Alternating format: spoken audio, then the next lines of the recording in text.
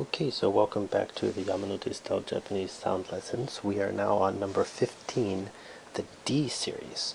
This series has a couple exceptions, so it's one to pay close attention to. But without further ado, let's get started.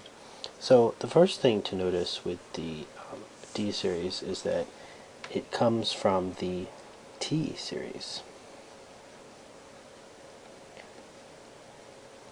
And so what happens is the T basically converts into a D, right? So that is the sort of logical rule that's in play here, and that's why it's called the T series or the T line. So, for example, of course, ta converts to da, right? And the sound that we would use there, for example, is the da sound in darts, depending exactly how you pronounce darts. So, da. Also, if you are familiar with German and you hear everything is da or der, similar to that da. The next one, however, if you remember that the T is actually sounds like CHI, so it sounds like chi in most instances. So when you add the sort of D sound to it, you actually end up with something more like JI. Now, if you're thinking that that sounds like one of the previous rows we did, you're right. The sound is extremely similar. Some people would say it's the same. You could spell it like DJI or something like that. It sounds like G. It may sound slightly different, but again, it basically sounds like the sound in jeans.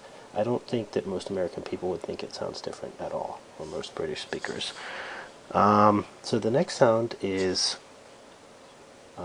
would be tsu, right?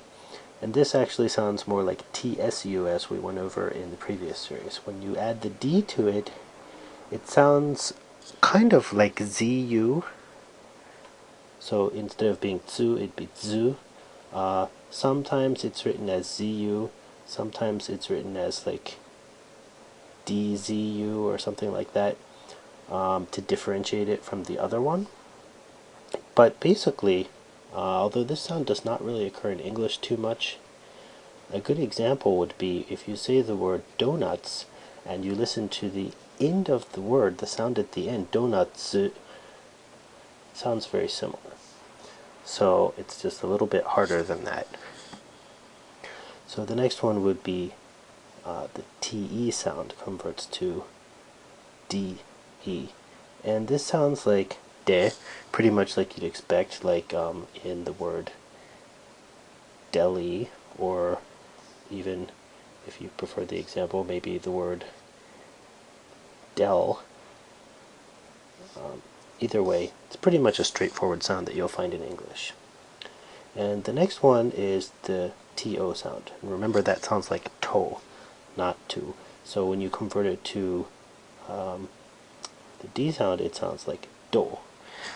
In this case, we could use the do from do re mi, or the term we use for deers, do, or you could use a word like donuts. Again,